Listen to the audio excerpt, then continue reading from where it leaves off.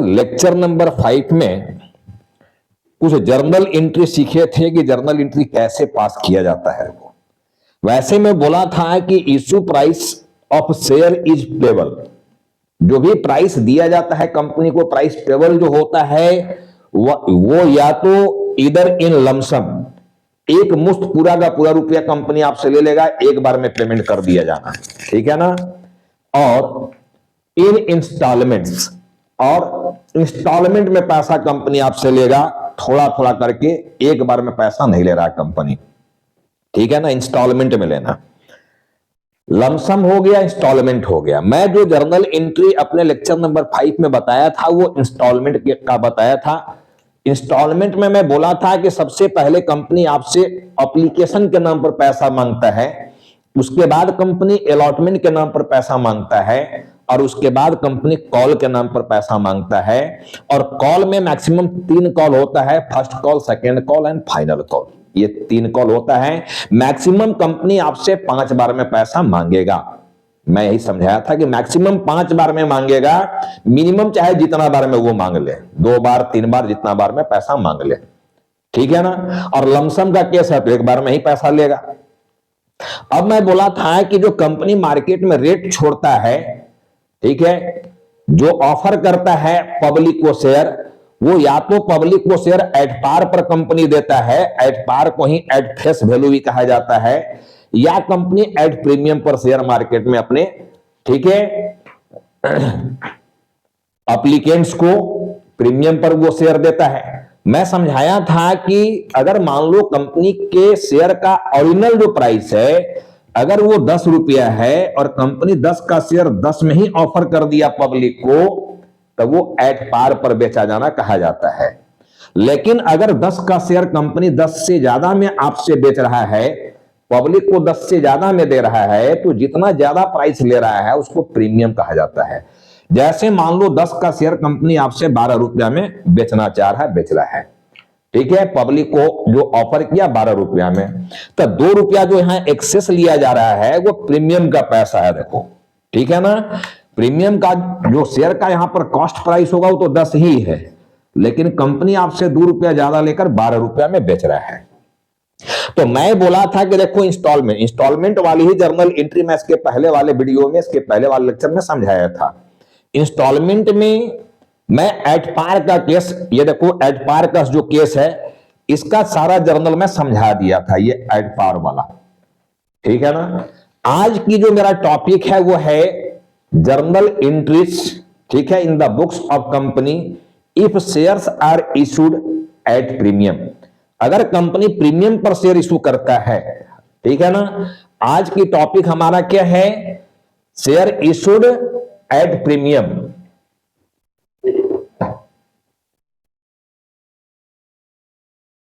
Share issued at premium.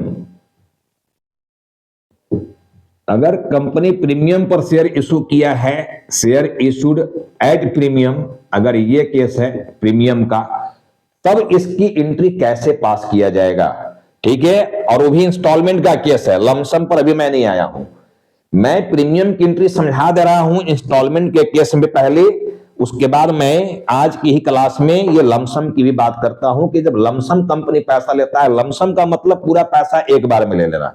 जैसे अगर मान लो आपको 5000 शेयर लेना है, ठीक है, 5000 अगर आपको शेयर लेना है, 5000 शेयर्स, और एक शेयर कंपनी आपको ऑफर किया 10 रुपया में, यानी एट पार में, तो कंपनी आपसे ये एक ही बार में 50,000 रुपया ले सकता है। अगर कंपनी वन टाइम में 50,000 रुपीज ले रहा है, वन टाइम में 50,000 ले लिया, तो बोला जाता है इसको लमसम में पैसा ले लेना, एक मुश्त पैसा ले लेना, ये कहा जाएगा, ठीक है। और कंपनी अगर मान लो प्रीमियम में दे रहा है शेयर, 5000 शेयर लेना चाह रहे हो, ठीक है, कंपनी 12 रुपया में बेच रहा है, तो कंपनी को आप पे करोगे पूरा 60,000 रुपया वन टाइम। तो जब वन टाइम में पेमेंट करोगे तो ये लमसम पेमेंट बोला जाता है, एक ही बार में कंपनी पैसा ले लिया। अब अगर मान लो 10 का शेयर है, इंस्टॉलमेंट की बात मैं करूं, अगर शेयर 10 रुपए का है और कंपनी एट पार में शेयर इशू कर रहा है, 10 का शेयर अगर 10 में ही आपसे बेच रहा है, अब 5,000 शेयर मान लो लेना चाह रहे हो, कंपनी आपसे मान लो 2 रुपया मांग रहा है एप्लीकेशन पर, 3 रुपया मांग रहा है अलॉटमेंट पर, 2 रुपया मांग रहा है फर्स्ट कॉल पर, 1 रुपया मांग रहा है सेकंड कॉल पर और 2 रुपया मांग रहा है फाइनल कॉल पर। इस तरह से देखो कंपनी आपसे 10 रुपया मांगा, 2 3 5 2 7 1 8 और 2 10, टोटल कंपनी आपसे 10 रुपया, ठीक है, पार्ट पार्ट करके मांग रहा है, एक मुश्त नहीं मांग रहा है, यानी इंस्टॉलमेंट में मांग रहा है। अगर 5,000 शेयर लेना चाह रहे हो तो 5,000 शेयर पर 2 रुपया की रेट से कंपनी को 10,000 रुपया आप एप्लीकेशन मनी के नाम पर भेजोगे चेक से। इसी तरह अलॉटमेंट की बात जब आएगी तो 5,000 शेयर पर कंपनी 3 रुपया के रेट से आपको अलॉटमेंट का पैसा मांगेगा 15,000 रुपया। फिर कंपनी 5,000 शेयर पर 2 रुपया की रेट से 10,000 रुपया फर्स्ट कॉल पर मांगेगा और फिर 5,000 शेयर पर 1 रुपया की रेट से 5,000 रुपया सेकेंड कॉल पर मांगेगा और फिर 5,000 शेयर पर 2 रुपया की रेट से फाइनल कॉल का पैसा मांगेगा। तो अगर 10 का शेयर कंपनी 10 में ही दे रहा है और इंस्टॉलमेंट में पैसा मांग रहा है तो देना तो कंपनी को 50,000 ही है, 50,000 ही दोगे, लेकिन एक बार में कंपनी ने लिया, 5 बार में ले रहा है। देखो पहला टाइम आप 5,000 इंटू 2 10,000 दे रहे हो, सेकेंड टाइम में 5,000 इंटू 3 15,000 दे रहे हो, ठीक है, तो 25,000 हो गया। फिर देखो यहां 10,000 दे रहे हो तो 35,000 हो गया। फिर यहां 5,000 दे रहे हो तो 40,000 हो गया। फिर यहां 10,000 दे रहे हो तो 50,000 हो गया।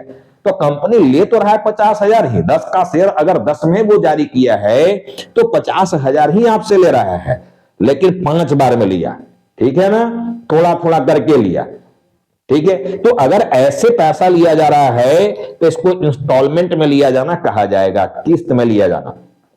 और पूरा का पूरा 50,000 वन टाइम ले लिया, मतलब कि आपसे वो पैसा लमसम लिया, ठीक है। तो लमसम वाली एंट्री पर मैं नहीं पहुंचा हूं अभी, मैं इसकी पहले वाले क्लास में ये एप्लीकेशन की एंट्री, अलॉटमेंट की एंट्री और कॉल की एंट्री सिखा दिया था। मैं बोला था कि हर स्टेज की 2-2 एंट्री होता है, तो टोटल 5 स्टेज में 10 एंट्री होगा, ठीक है। अब समझो अगर कंपनी प्रीमियम पर शेयर इशू कर रहा है, शेयर इशूड एट प्रीमियम, पहले तो ध्यान से समझना कि जो ये प्रीमियम है ये कंपनी के लिए इनकम है। क्या है ये? इनकम। और इनकम में ये कैसा इनकम है भाई? देखो ये इनकम जो है कैपिटल नेचर का इनकम है, कैपिटल इनकम। प्रीमियम जो है ये कैपिटल नेचर का इनकम होगा। ठीक से समझने की प्रयास करना, क्योंकि देखो इस चैप्टर में बहुत सारा टॉपिक है, like calls in arrear, calls in advance, over subscription, under subscription, ठीक है ना, फॉर फ्यूचर, री इशू, प्रो राटा, बहुत सारे टॉपिक्स मिलने वाले हैं। तो जब तक एक एक बेसिक आपका क्लियर नहीं होगा तो आगे जाकर एंट्री में फंस जाओगे, दिक्कत होने लगेगा। जैसे मैं बोला था एक्सपेंस के टाइप्स होते हैं, उसी तरह से यहां पर इनकम के भी टाइप्स होते हैं। मैं बार बार सिखाते आ रहा हूं एक्सपेंस का टाइप्स कि there are 3 types of expense, ठीक है, revenue expense, capital nature expense and deferred revenue expense, ठीक है। तो ठीक उसी तरह से इनकम भी जो होता है कंपनी का, ठीक है, किसी भी बिजनेस का, देखो जो इनकम होता है ये 2 तरह के इनकम होता है।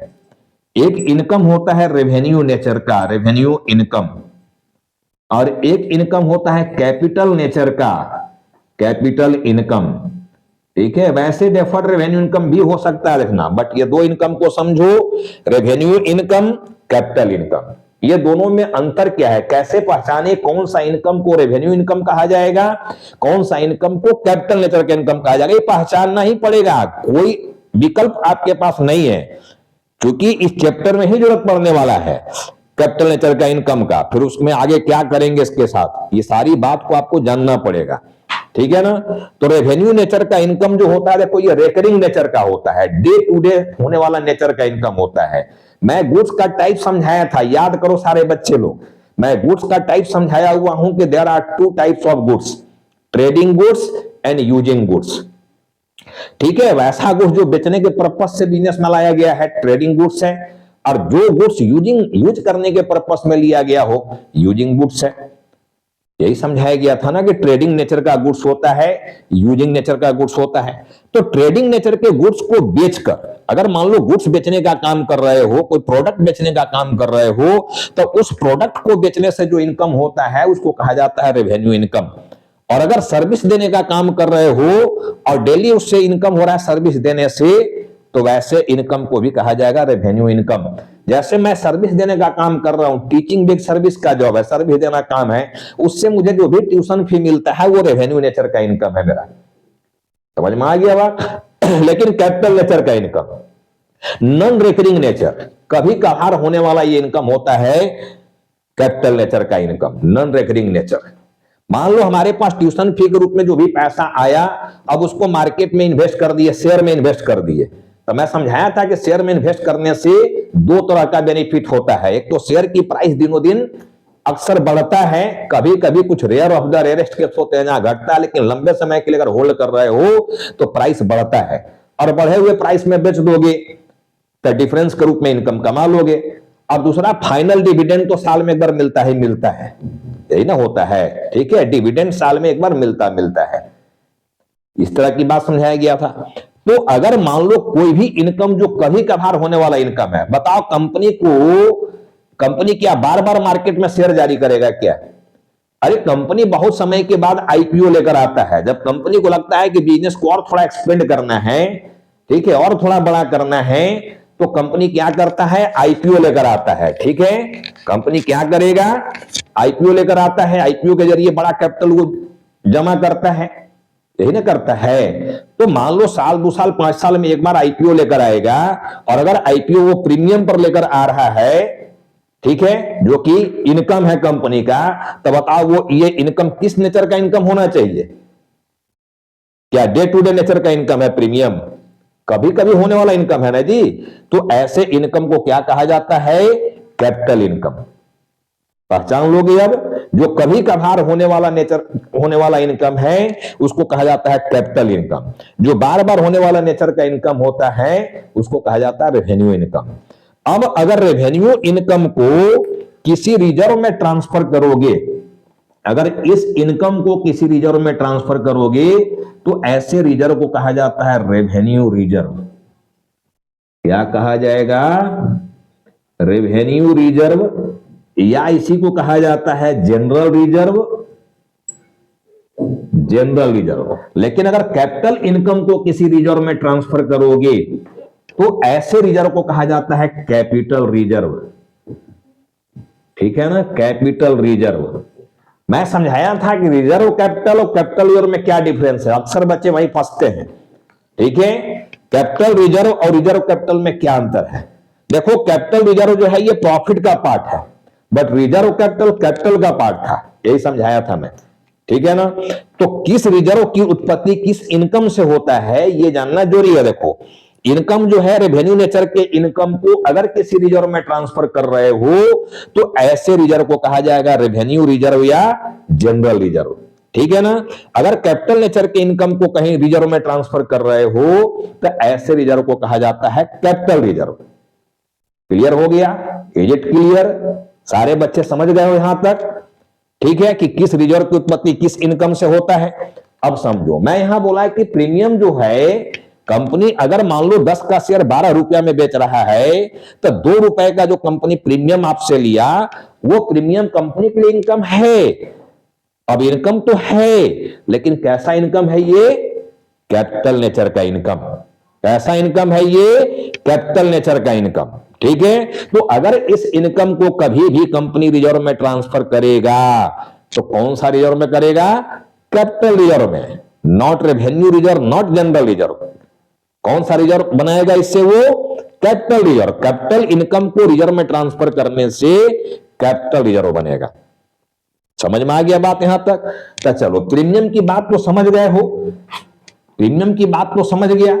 अब रहा बात कि इस प्रीमियम की जो जर्नल लिया जाएगा, ये इनकम की जो जर्नल पास किया जाएगा, वो जर्नल कहां पास किया जाएगा?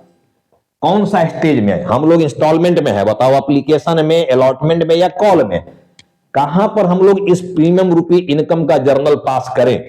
हमको जर्नल एंट्री पास करना है। देखो इसका, तो जर्नल एंट्री कहां करोगे? ये प्रीमियम की जर्नल एंट्री कहां किया जाएगा? देखो जर्नल एंट्री जो किया जाएगा, ठीक से समझना, ये जो प्रीमियम है, इस प्रीमियम की जर्नल एंट्री कहां किया जाता है? अगर प्रॉब्लम कुछ नहीं बोले, मैं ऐसे भी बोला देखो कि when the company issued shares on more than face value, more than face value, face value देखो ये है 10 से ज्यादा में इशू किया गया है 12, तो if the company has issued shares on more than face value then difference amount, ठीक है, then excess amount which is taken by the company is called premium, ठीक है। लेकिन जब एंट्री पास करोगे तो प्रीमियम बोलकर एंट्री नहीं किया जाता है, क्या बोलकर किया जाएगा? सिक्योरिटी प्रीमियम या सिक्योरिटी प्रीमियम रिजर्व। इसी प्रीमियम को सिक्योरिटी प्रीमियम कहेंगे या सिक्योरिटी प्रीमियम रिजर्व, यह बोला जाएगा जानला, ठीक है। अब रहा बात कि एंट्री कहां करें? At the time of passing journal entry, ठीक है ना, premium entry should be passed at the time of passing journal entry, premium entry should be passed at the passing of allotment due entry, ठीक है। If problem is silent regarding this, otherwise follow problem instruction. Clear बोला जा रहा है कि जो premium की entry है वो बेटे कहां किया जाएगा? ये प्रीमियम की एंट्री, ये प्रीमियम की एंट्री अलॉटमेंट ड्यू की एंट्री करते समय किया जाएगा। अलॉटमेंट ड्यू की एंट्री ध्यान से समझना कि अगर प्रॉब्लम में इंफॉर्मेशन साइलेंट है कि इस प्रीमियम की एंट्री कहां किया जाए, तो कहां इसकी एंट्री करोगे? अलॉटमेंट ड्यू के साथ, यानी एंट्री नंबर 3। एप्लीकेशन का तो 2 एंट्री हो गया, तो तीसरा एंट्री जब अलॉटमेंट में आओगे, अलॉटमेंट की ड्यू एंट्री जब करोगे, तो उसी ड्यू एंट्री के साथ इस प्रीमियम की भी एंट्री कर दिया जाएगा। अगर प्रॉब्लम में कुछ नहीं बोला गया है तब, अगर प्रॉब्लम बोल दिया कि नहीं प्रीमियम की एंट्री हमको एप्लीकेशन के साथ ही करना है, तो फिर एप्लीकेशन के साथ करेंगे। अगर बोल दिया प्रॉब्लम कि नहीं प्रीमियम की एंट्री हम लोग कॉल के साथ करेंगे, तो फिर कॉल के साथ करेंगे। तो जैसे हम लोग अलॉटमेंट के साथ अभी एंट्री सीखेंगे प्रीमियम का, वैसे ही एंट्री एप्लीकेशन और कॉल के साथ भी होगा। बट ध्यान क्या रखना है, मैं बोला कि जनरली प्रॉब्लम में प्रीमियम की एंट्री कहां किया जाए, एप्लीकेशन में, अलॉटमेंट में या कॉल में, ये जनरली प्रॉब्लम में नहीं बोला गया होता है। तो जब नहीं बोला गया है तो फिर हम लोग एजम्पशन ले लेंगे, ठीक है, अपने मन से मानकर एंट्री हम लोग को करना है कि ये प्रीमियम का पैसा जो है अलॉटमेंट ड्यू के साथ इंटर किया जाएगा, ठीक है, इसकी एंट्री अलॉटमेंट ड्यू के साथ होगा। बस इतने याद रखना है, इतने ध्यान रखना है कि प्रीमियम की एंट्री के बारे में कुछ नहीं बोला गया, तो अलॉटमेंट की ड्यू एंट्री जब करोगे उसी समय एंट्री कर देना है। यानी कुल मिलाकर ये ध्यान से समझो कि जितना यहां पर जर्नल एंट्री सिखाए हैं, 5 स्टेज यहां पर हो रहा है, मैक्सिमम 5 बार में पैसा लिया जा रहा है, तो आपका टोटल एंट्री 10 बना हुआ है। 10 में से 9 एंट्री आपका वही रहेगा, कहीं कोई चेंजिंग नहीं होगा, एज इट इज 9 का 9 एंट्री रहेगा। केवल एक एंट्री बदलेगा जब प्रीमियम का केस हो जाएगा, तो एंट्री नंबर 3 यानी अलॉटमेंट का ड्यू वाला जो एंट्री है, केवल वही एंट्री जो होता है वो बदल जाता है, वही एंट्री चेंज हो जाएगा। बाकी 9 एंट्री आपका 10 का 10 सेम रहेगा, जान लेना, वही एंट्री रहेगा, ठीक है। तो देखो जब एंट्री हम लोग पास करेंगे जर्नल एंट्री, तो हम लोग का तीसरा नंबर जो एंट्री होगा, देखो यहां पर तीसरा, on share allotment due, on share allotment due, बस यही का एंट्री बदलना है। देखो ये एंट्री नंबर 3। तो पहले जब हम लोग ड्यू की एंट्री कर रहे थे, इसके पहले वाले लेक्चर में जो सीखे हो, ड्यू की एंट्री जो मैं किया था, अब क्या यहां पर एंट्री होगा? तो पहले जो एंट्री किया था वो तो होगा ही। मैं बोला था कि अलॉटमेंट की एंट्री, कॉल की एंट्री में पहले ड्यू करना है, देन रिसीव करना है। 2 एंट्री इसी बात का हो रहा था। अब लॉजिक समझाए थे, रूल तो समझाइए दिए थे कि पर्सनल से जब पास करोगे तो इसकी रिप्लाई मिल रहा है कि नहीं, ठीक है, डायमंड में जाएंगे हम लोग 4 पिलर में, उससे रिप्लाई मिल रहा है कि नहीं। तो ये वीडियो नंबर 5 में, लेक्चर नंबर 5 में बखूबी समझाया गया है। आप उस वीडियो को जरूर जाकर देखो और वहां से जर्नल की कॉन्सेप्ट पूरा का पूरा लेने की प्रयास करो, ठीक है ना। मैं लॉजिकल बात किया था कि जब ड्यू एंट्री करोगे तो लॉजिक यही कहता है कि जिसको ड्यू करना है उसी को डेबिट करना है। देखो हम लोग अलॉटमेंट को ड्यू करने जा रहे हैं, तो हम लोग का एंट्री जो यहां पर बनेगा वो शेयर अलॉटमेंट अकाउंट डेबिट, ठीक है ना। और 2 यहां पर बनेगा share capital account, share capital account. तो ये एंट्री तो पहले भी बना हुआ है, लेक्चर नंबर 5 में भी यही एंट्री आया था अलॉटमेंट ड्यू का। लेकिन अब यहां पर देखो एक एक्स्ट्रा चीज क्रेडिट होने जा रहा है। क्यों? क्योंकि यहां जो इनकम की एंट्री करने जा रहे हो, प्रीमियम रूपी जो इनकम की एंट्री करने जा रहे हो, ऐसे भी समझो 4 पिलर की जब मैं बात किया था तो क्रेडिट वाली पिलर में ही इनकम आता है, डेबिट की 2 पिलर में क्या आता है, एसेट्स एक्सपेंस लॉस। क्रेडिट वाली पिलर में इनकम एंड लायबिलिटी। और अगर गोल्डन रूल में जा रहे हो तो इनकम नॉमिनल अकाउंट के अंदर आता है। और नॉमिनल अकाउंट क्या बोला, debit all expenses and losses और credit all income and gain, यही ना समझाया है जी। क्रेडिट में जाएगा इनकम, तो देखो ये इनकम तो है सिक्योरिटी प्रीमियम, तो ये क्रेडिट में जाएगा। तो क्रेडिट में यहां पर आ जाएगा सिक्योरिटी प्रीमियम, केवल प्रीमियम नहीं लिखा जाएगा, सिक्योरिटी प्रीमियम अकाउंट ये लिखा जाएगा, या सिक्योरिटी प्रीमियम रिजर्व अकाउंट ऐसे लिखा जाएगा। तो देखो केवल एक एंट्री बदल गया यहां पर प्रीमियम वाली केस में, ठीक है। अलॉटमेंट की ड्यू एंट्री जब हम लोग किए तो अब मेरा एंट्री बन गया share allotment account debit to share capital और टू सिक्योरिटी प्रीमियम।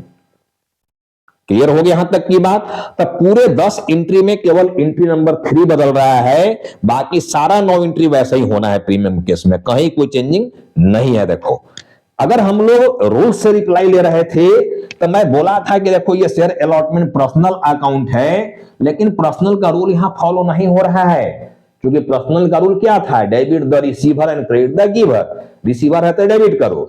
अब ये शेयर अलॉटमेंट एप्लीकेंट्स जो होता है या शेयर होल्डर जो होता है उसको रिप्रेजेंट कर रहा है, वो पर्सन है शेयर होल्डर। अब शेयर होल्डर से अलॉटमेंट का पैसा लेना है कि उसको देना है, तो सब लोग बोलेगा शेयर होल्डर से पैसा लेना है, तो शेयर होल्डर गिवर है कि रिसीवर है, गिवर है, देने वाला, तो देने वाला को तो क्रेडिट करना चाहिए, तो यहां क्रेडिट नहीं हो रहा, देखो डेबिट हो रहा है। समझ में आ गया बात। तो गोल्डन रूल जो यहां पर है ये फ्लॉप हो गया। देखो ये पी से रिप्लाई नहीं मिला, लेकिन देखो यहां पर ए से रिप्लाई मिलेगा, A for asset. Share allotment हमारा क्या है, एसेट है। मैं बोला था कि जब किसी से इन फ्यूचर पैसा लेना हो दैट इज एसेट, और जब पैसा लौटाना हो दैट इज लायबिलिटी। तो पैसा हमको शेयर होल्डर से लेना है दैट इज ए एसेट है, ठीक है। और जब लेना है तो एसेट मेरा क्या हो रहा है, बढ़ रहा है। और जब एसेट बढ़ता है डेबिट किया जाता है, तो डेबिट कर दिए हम लोग। समझ में आ गया बात। और शेयर कैपिटल तो लायबिलिटी है ही है, क्योंकि पैसा अपना तो है नहीं है, ठीक है ना, शेयर होल्डर का पैसा है, और लायबिलिटी क्रेडिट होता है। और जब अलॉटमेंट के नाम पर पैसा ले रहे हो तो एसेट तो बढ़ ही रहा है, साथ साथ लायबिलिटी भी बढ़ जा रहा है। समझ में आ गया बात। लेकिन पैसा जो ले रहे हो, अपना सामान ज्यादा में बेचे हो, कॉस्ट प्राइस से ज्यादा में बेच दिया, एट पार वैल्यू से ज्यादा में बेच दिया, तो जो डिफरेंस पैसा मिला है 2 रुपए वाला वो प्रीमियम है, जो कि इनकम है। और नॉमिनल बोला था कि इनकम को क्रेडिट कर देना, ठीक है। या डायमंड का रूल भी बोलता है कि इनकम क्रेडिट में आता है, क्रेडिट बैलेंस होता है।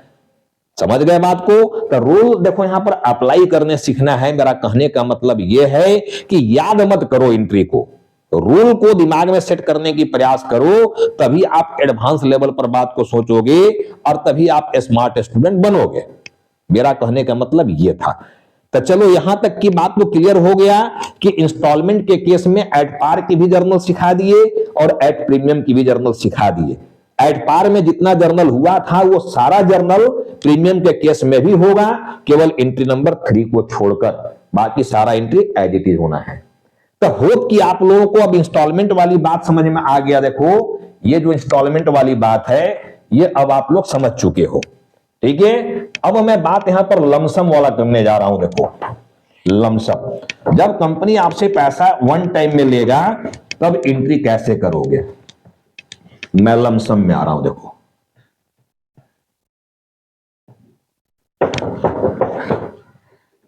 अब ठीक से ध्यान से समझना, देखना। लमसम की बात करेंगे हम लोग, जर्नल एंट्री अभी हम लोग लमसम के केस में देख रहे हैं। देखो अब लमसम में मान लो हमारा मामला यहां पर एट पार का है, एट पार, ठीक से समझना। और एक तक का एग्जांपल यहां लिया हुआ हूं, नंबर ऑफ शेयर भी लिया हुआ है। देखो तो 5000 शेयर मान लो बेचना चाह रहे हो, एक शेयर का प्राइस 10 रुपया रखे हो, तो 50,000 रुपया अपने को चाहिए, और ये पैसा आप वन टाइम में पब्लिक से ले रहे हो, ठीक है, वन टाइम में। तो इसकी एंट्री हम लोग कैसे करेंगे समझो। ये पैसा आपको एप्लीकेंट भेजा है चेक के माध्यम से, तो ये चेक आपका कहां चला गया? बैंक में। तो bank account debit to share application account, share application account 50,000 and 50,000, ठीक है ना। ये एंट्री कर दिया, पहला एंट्री देखो ये हो गया। सेकेंड एंट्री जब करोगे, अब ये एंट्री मैं इधर भी सिखा चुका हूं एप्लीकेशन में, यही सेम एंट्री हुआ था bank account debit to share application, यहां भी हुआ bank account debit to share application. लेकिन अगर इंस्टॉलमेंट में हम लोग जाते 5,000 शेयर पर 2 रुपया के रेट से ही पैसा अगर मांगा जाता तो ये एंट्री 10,000 रुपए से होता। लेकिन लमसम के केस में एक ही बार में पैसा मांग लिया गया, तो पूरी एंट्री 50,000 से हुआ, ठीक है। और इस एप्लीकेशन का पैसा को हम लोग कहां ट्रांसफर कर रहे थे? कैपिटल में। तो कैपिटल में ट्रांसफर करोगे तो शेयर एप्लीकेशन अकाउंट डेबिट, ठीक है ना। ये शेयर एप्लीकेशन क्रेडिट में है, माइनस में, तो इसको बंद करोगे। ट्रांसफर करना मतलब बंद करना। तो जब इसको क्लोज करोगे तो ये डेबिट में अपना आ गया 50,000 और टू चला गया शेयर कैपिटल अकाउंट 50,000, ऐसे चला जाएगा। देखना टू शेयर कैपिटल अकाउंट 50,000। समझ गए बात को? यहां तक क्लियर है? तो ये 2 एंट्री बना। अब इसी एंट्री को कुछ किताब में जाओगे तो देखो इसमें कुछ और वर्ड यूज कर देता है हम लोग, और मैं देखो यहां पर समझेंगे कि पहला एंट्री को हम लोग इस तरह से भी कर सकते थे। देखो bank account debit to share application and allotment account. ये जो पहला एंट्री यहां देख रहे हो ना, इस पहला एंट्री को इस तरह से भी कर सकते हो। देखो bank account debit to share application and allotment 50,000, ये एंट्री कर सकते हो ऐसे। एप्लीकेशन और अलॉटमेंट एक साथ लगा दिया गया, देखो ठीक है ना। एप्लीकेशन और अलॉटमेंट एक साथ लगाकर एंट्री ले सकते हो। और सेकेंड एंट्री देखो यहीं पर, जब सेकेंड एंट्री करोगे, ठीक है ना, जब सेकेंड एंट्री करोगे तो share application and allotment account debit to share capital account, ये एंट्री करोगे 50,000 से। तो देखो ये वाली एंट्री भी ले सकते हो आप लोग, ध्यान से समझ लेना। या तो एट पार का केस है तो ये 2 एंट्री ले लो, पहला दूसरा, ये एंट्री ले लो, ये भी करेक्ट एंट्री है। या ये दोनों के जगह पर ये नाम यूज करना चाह रहे हो bank account debit to share application and allotment, तो ये एंट्री ले सकते हो, ये भी एंट्री चलता है, ठीक है ना। और share allotment account debit to share capital 50,000। तो एट पार का केस रहेगा और लमसम का मामला है, एक मुश्त एक बार में पैसा ले रहे हो, तो देखो ये एंट्री चलेगा, ठीक है। अब इसी जगह प्रीमियम का मामला होता, लमसम में प्रीमियम का मामला है, 10 का शेयर 12 में बेच रहे हो, तो फिर इसमें अमाउंट कैसे सेट किया जाएगा समझो। अब ये एंट्री आप समझ लेना, दोनों में जो लेना चाहो ले लेना भाई, कोई दिक्कत नहीं है। देखो आप टीएस ग्रेवाल में जाओगे, ये दोनों एंट्री आपको मिल जाएगा किया हुआ, ठीक है। डीके गोयल में जाओगे, वहां भी मिल जाएगा आपको। देखो अब समझो कि मेरा मामला अगर प्रीमियम वाला है, प्रीमियम का मामला है, मान लो एट पार नहीं, अगर हमारा मामला प्रीमियम वाला है तो अब हमारा एंट्री कैसे जाएगा, कहां चेंजिंग होगा, समझो। अगर हम लोग का यहां पर मामला मेरा जो है प्रीमियम का है, एड प्रीमियम, शेयर जो इश्यू किया गया प्रीमियम पर, 10 का शेयर 12 में, 2 रुपया प्रीमियम में रखना है, तो पहला एंट्री तो यही होगा। लेकिन 5000 इंटू 12 करोगे तो ये एंट्री अपना 60,000 रुपीज से जाएगा, देखना 60,000। लेकिन अब मजेदार बात क्या है, ध्यान से समझना। अब ये 60,000 देखो माइनस में है, ये माइनस में है शेयर एप्लीकेशन। शेयर एप्लीकेशन को शेयर कैपिटल में ट्रांसफर करते हो, और मैं सीधा सीधा समझाया हूं कि जब किसी भी चीज को एक जगह से दूसरे जगह ट्रांसफर करते हो, मतलब कि आप उसको क्लोज कर रहे हो, बंद कर रहे हो। तो ये माइनस में है तो प्लस करेंगे, देखो यहां बंद करने के लिए, तो जितना से ये माइनस है उतने से प्लस कर दिए। देखो 60,000 से माइनस था, 60,000 से प्लस कर दिए, ठीक है। तो शेयर एप्लीकेशन यहां क्रेडिट में था, शेयर एप्लीकेशन यहां डेबिट में चला गया, यहां 60,000 क्रेडिट में था और यहां 60,000 से हम डेबिट कर दिए, प्लस कर दिए, इसको बंद हो गया प्लस माइनस। अब सबसे बड़ा देखो भूल कैंडिडेट क्या करता है, अब यहां कैपिटल केवल आया हुआ है, तो क्या पूरा का पूरा 60,000 हम लोग कैपिटल में ले जाएं? नहीं, ठीक है। कैपिटल में कौन सा अमाउंट जाता है? मैं बोलूं आपसे कि देखो प्रीमियम का केस है जी, 10 रुपया का शेयर 12 रुपया में बेचा जा रहा है, तो 10 रुपया जो आप देख रहे हो यहां पर, ये जो 10 रुपया का रेट यहां देख रहे हो, ये है फेस वैल्यू, ये है फेस वैल्यू। और ये जो 2 रुपया देख रहे हो यहां पर 2 रुपया, ये है प्रीमियम वैल्यू, प्रीमियम प्राइस, ठीक है ना। फेस वैल्यू प्लस प्रीमियम, ये मिलाकर आपका 12 बना हुआ रखना, face value plus premium.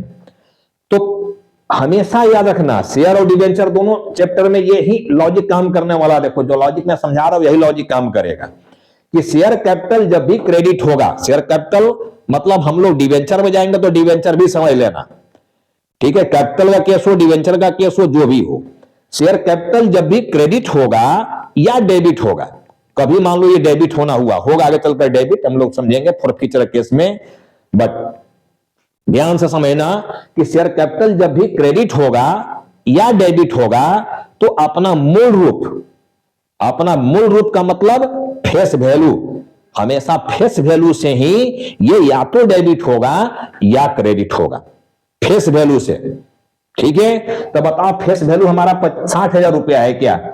Face value आपका 5,000 शेयर के लिए, 5,000 शेयर के लिए 10 रुपया की रेट से 50,000 ही फेस वैल्यू है, 60,000 नहीं। तो 50,000 रुपया यहां जाएगा फेस वैल्यू, पूरा 60,000 नहीं जाएगा, ठीक है। प्रीमियम का पैसा जो देख रहे हो यहां पर 5,000 शेयर पर 2 रुपया की रेट से 10,000 प्रीमियम का पैसा देख रहे हो, तो ये प्रीमियम का पैसा देखो हम लोग यहां पर लाएंगे टू सिक्योरिटी प्रीमियम अकाउंट,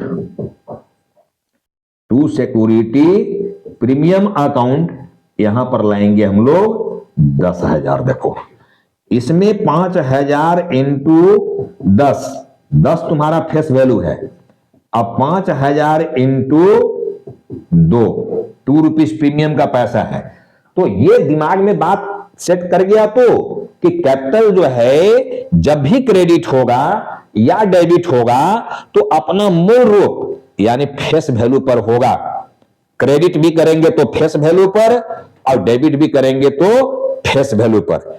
बाकी प्रीमियम हो, डिस्काउंट हो, ये सब अलग से लिखा जाता है, कैपिटल में ही नहीं शामिल कर दिया जाएगा, ठीक है ना। तो देखो हम लोग यहां पर प्रीमियम नहीं लिखे, सिक्योरिटी प्रीमियम लिखे, तो या तो सिक्योरिटी प्रीमियम को यहां पर क्रेडिट करोगे या सिक्योरिटी प्रीमियम रिजर्व, ठीक है ना। आजकल किताब में भी बात लिखा हुआ जाता है सिक्योरिटी प्रीमियम रिजर्व, तो ये दोनों चीज यूज किया जाता है, कोई दिक्कत नहीं है। आप सिक्योरिटी प्रीमियम लिखो या सिक्योरिटी प्रीमियम रिजर्व लिखो, ठीक है ना। बैलेंस शीट में ये दोनों नाम से जाता है, ये प्रीमियम, सिक्योरिटी प्रीमियम बोलकर या सिक्योरिटी प्रीमियम रिजर्व बोलकर, ठीक है।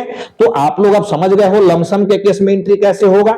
लमसम में एड पार का जब मामला था तो 2 ही एंट्री ले रहे थे, और जब एड प्रीमियम का मामला आया तो देखो 2 ही एंट्री ले रहे हैं। अमाउंट को कैसे सजाया जाए, कैसे दिखाया जाए, कैसे डिस्क्लोज किया जाए, ठीक है, कैसे बाइफरकेट किया जाए प्रीमियम और फेस वैल्यू के पैसा को, यहां ध्यान रखना है। सबसे इंपॉर्टेंट चीज इसी को समझना है, इसी का बाइफरकेशन है रखना, ठीक है ना। तो होप कि आप सारे लोगों को अब ये जर्नल का कॉन्सेप्ट जो है, बेसिक कॉन्सेप्ट, ये क्लियर हो गया होगा। ये बेसिक कॉन्सेप्ट था, देखो ये क्लियर हो गया होगा, ठीक है ना। समझ गए यहां तक की बात। मैं इंस्टॉलमेंट वाली बात समझा दिया पूरा, ठीक है ना, प्रीमियम के साथ इंस्टॉलमेंट वाली बात समझा दिया हूं, ठीक है। और मैं लमसम की भी बात आपको समझा दिया कि लमसम के केस में एंट्री कैसे किया जाता है, ठीक है। चलो, यहां तक की बात आप लोग पूरे तरीके से समझ गए हो।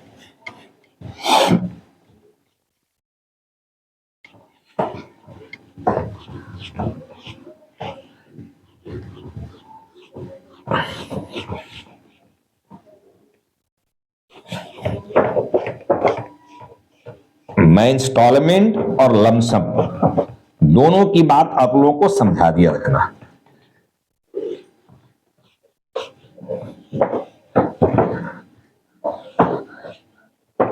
आप ठीक से देखो, यहां पर समझो, प्रॉब्लम मैं ले रहा हूं। यहां कंपनी जो है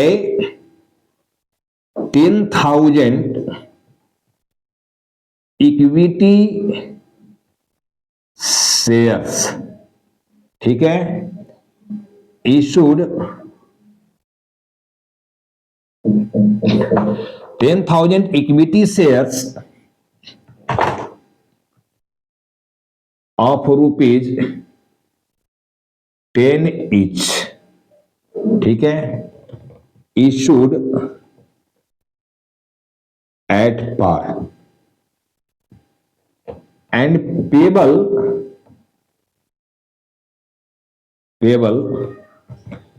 on application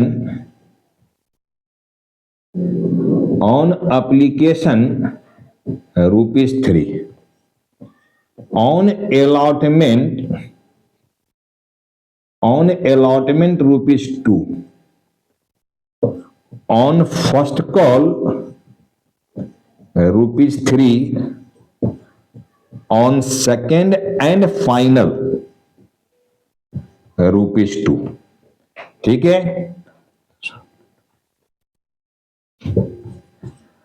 all the shares were applied for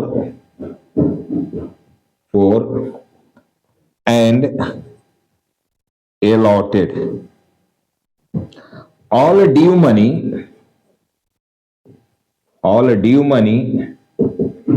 is duly received pass journal entry JE. ये हमारा एक प्रॉब्लम देखो सेट हो गया यहां पर प्रॉब्लम, ठीक है ना। अब ये एड पार का प्रॉब्लम है और इंस्टॉलमेंट का केस है, अभी समझ रहे हो। इसकी जर्नल पास करने के लिए बोल रहा है, देखो अब आराम से सब लोग कर सकते हो। जर्नल एंट्रीज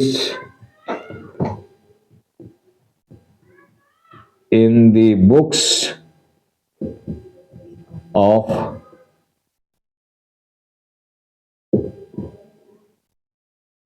company, ठीक है ना। डेट पर्टिकुलर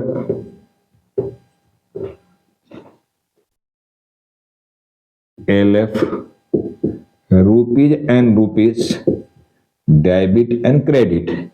ये जर्नल फॉर्मेट में आपको जर्नल पास करना है, देख लेना। ये जर्नल फॉर्मेट में जर्नल पास किया जाना है, ठीक है ना। देखो ये जर्नल फॉर्मेट में हम लोग को जर्नल कर देना है। अब देखो इंस्टॉलमेंट का केस है, सबसे पहले एप्लीकेशन वाली दोनों एंट्री हम लोग को लेना है। देखो bank account debit to share application account, ठीक है, ऐसे नरेशन लिख लेना, being application money received on 10,000 shares at the rate of rupees 3 per share, ऐसा लिखना। और अब यहां पर देखो, केवल शेयर एप्लीकेशन नहीं लिखोगे, शेयर का नाम दिया हुआ है तो लिखोगे इक्विटी शेयर एप्लीकेशन अकाउंट। अब 10,000 शेयर है, 3 रुपया रेट है, तो 30,000 से ये एंट्री जाएगा अपना, ठीक है ना। फर्स्ट एंट्री ऐसे हो गया, रखना ये। अब मैं नरेशन नहीं लिख रहा हूं, देखो पहला एंट्री कर दिए, दूसरा एंट्री हम लोग एप्लीकेशन का पैसा कैपिटल में ट्रांसफर करेंगे तो लिखेंगे equity share application account debit to equity share capital account 30,000।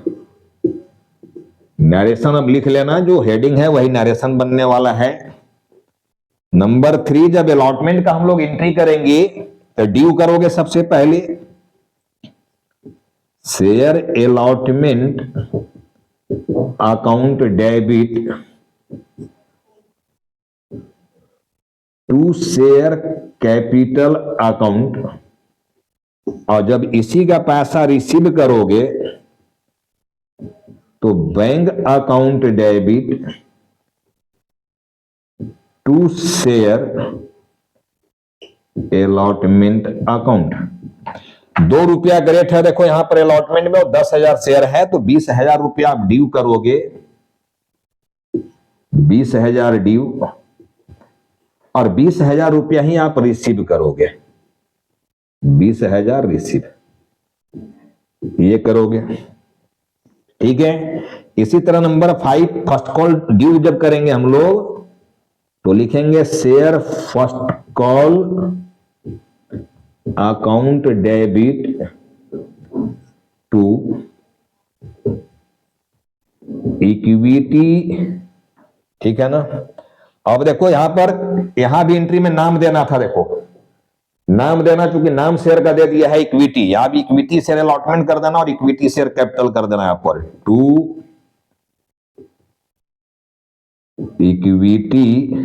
Equity share capital, और इक्विटी शेयर अलॉटमेंट कर देना इधर में, ठीक है ना। पूरा बात लिख देना, देखो equity share allotment account debit to equity share capital, और bank account debit to equity share allotment, ये लिखना है। Bank account debit to equity share allotment, equity share allotment account. इसी तरह यहां पर जब जाओगे तो इक्विटी शेयर फर्स्ट कॉल कर देना, देखो equity share first call account debit to equity share capital, to equity share capital account. अब देखो इक्विटी शेयर का रेट यहां 3 रुपया दिया हुआ है, शेयर 10,000 है अपने पास, तो 30,000 रुपया हुआ तुम्हारा ये, तो 30,000 रुपए से देखो ये एंट्री चला गया। इसी तरह से जब आप चौथा एंट्री लोगे, इसका पैसा जब रिसीव करोगे, नंबर 5, ठीक है ना, 1 2 3 4 5, नंबर 6, जब पैसा हम लोग रिसीव करेंगे यहां पर, तो फिर यहां पर आ गया बैंक अकाउंट डेबिट, ठीक है, bank account debit to equity share first call account, ये हो गया आपका 30,000। तो ऐसे एंट्री लिया जाना है, नाम से देखना, जब नाम दे दिया तो नाम से एंट्री लो, नाम दिया हुआ है तो ऐसे चला गया। अब केवल बच गया देखो फाइनल कॉल की बात, ठीक है ना। बोल दिया था कि all the shares where applied for and allotted, all due money is duly received, सारा ड्यू पैसा समय से मिल गया है, यही प्रॉब्लम में लिखा हुआ था देखना। तो अब मेरा एंट्री केवल यहां पर 2 ठो बच गया है देखो, अब उधर जगह नहीं है, ठीक है। तो मैं यहां पर देखो मिटा के ही एंट्री कर दे रहा हूं, चाहे इधर एंट्री मैं ले रहा हूं, देखना देखो मैं यहीं पर एंट्री कर रहा हूं, entry number 7 and entry number 8, ठीक है ना।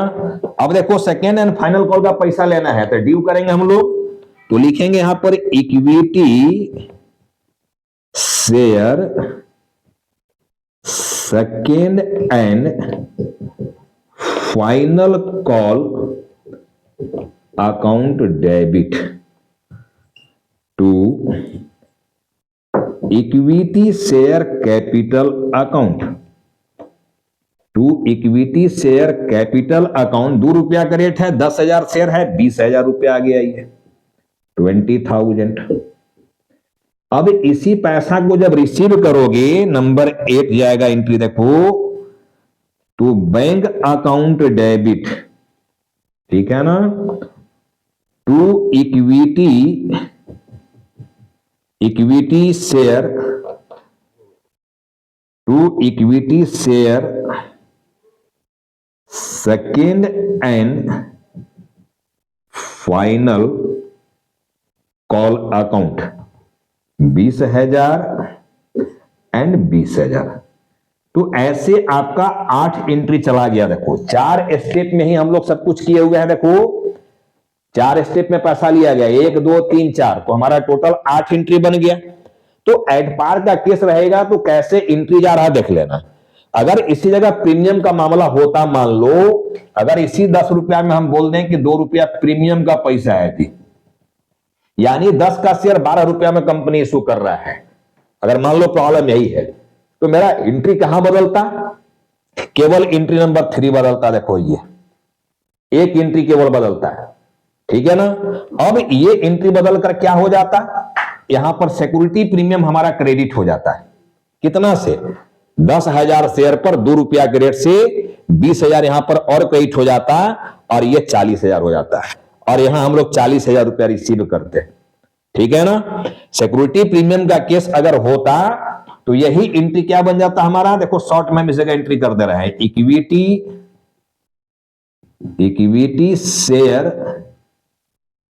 अलॉटमेंट, ये डेबिट हो जाता, और टू इक्विटी शेयर कैपिटल और टू सिक्योरिटी प्रीमियम, ये हो जाता देखना, टू सिक्योरिटी प्रीमियम।